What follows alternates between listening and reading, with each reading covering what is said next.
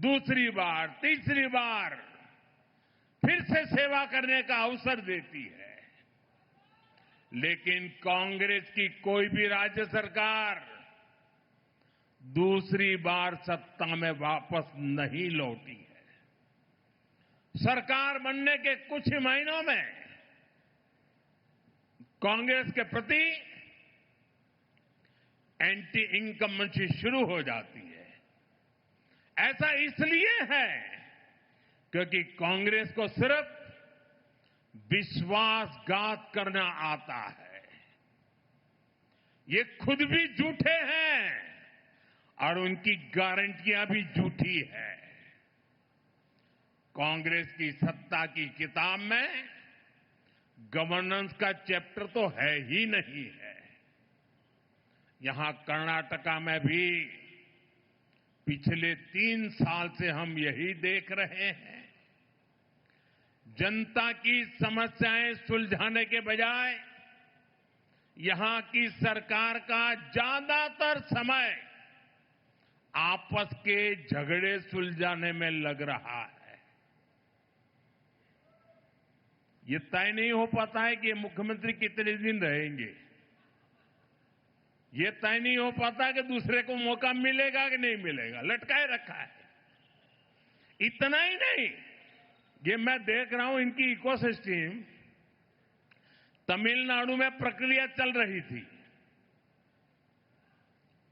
और इनकी इकोसिस्टम दिल्ली में बैठे बैठे देश को गुमराह करते थे कि देखो 4 तारीख को नतीजे आ गए, 5 हो गई, 6 हो गई, 7 हो गई, 8 हो गई, तमिलनाडु में सरकार नहीं बन रही है।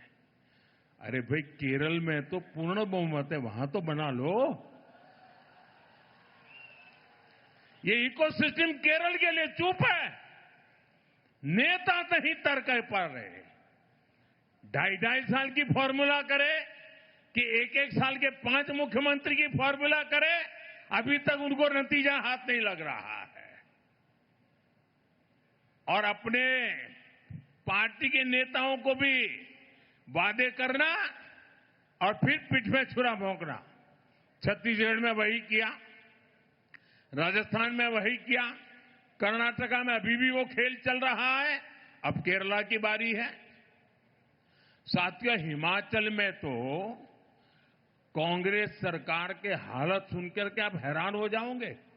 ये इनकी इकोसिस्टम है, मीडिया वाले बाहर बात आने नहीं देते। हिमाचल की हालत ये है, वे सरकारी कर्मचारियों को उनकी सैलरी तक नहीं दे पा रहे हैं। इधर तेलंगाना में क्या हाल है? किसानों को आत्महत्या के लिए मजबूर होना पड़ रहा है। यानी कांग्रेस जहां पर भी है, वहां या तो शाही दरबार की खातिरदारी में खजाने की लूट हो रही है या लूटे हुए पैसों के लिए झगड़ा हो रहा है। साथियों, राष्ट्र नीति वाली राजनीति चाहिए। साथियों, आज पूरा का पूरा देश भाजपा की राष्ट्र नीति के साथ कदम से कदम मिलाकर चल रहा है। और कर्नाटका तो हमेशा से ही बीजेपी के लिए ऊर्जा का केंद्र रहा है। जब बीजेपी उतनी बड़ी पार्टी नहीं थी, तब भी कर्नाटका ने बीजेपी को एक बड़ी शक्ति बनाया था।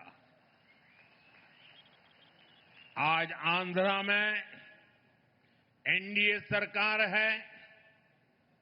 अगर लोकसभा सदस्यों के हिसाब से देखें तो कर्नाटका में बीजेपी नंबर 1 है। तेलंगाना में बीजेपी नंबर 2 है। पुडुचेरी में बीजेपी एनडीए की लगातार दूसरी बार सरकार बन रही है। आपको याद होगा, सिर्फ 10 साल पहले, यानी पिछले एक चुनाव के पहले, बंगाल में हमारे सिर्फ 3 एमएलए थे।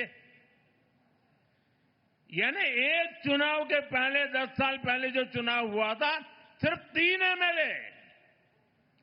आज वहां 200 से भी अधिक विधायकों के साथ भारतीय जनता पार्टी की सरकार है। अभी केरलम में भी हम 1 से 3 एमएलए तक पहुंच गए हैं।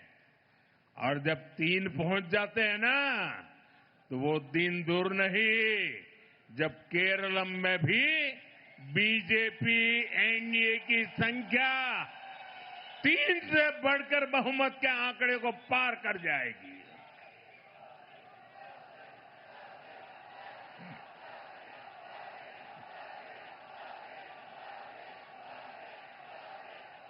साथियों, हम 12 साल से केंद्र में हैं।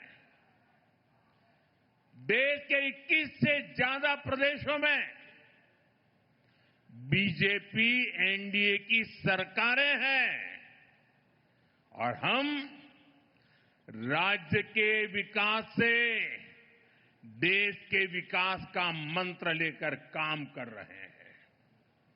लेकिन दूसरी तरफ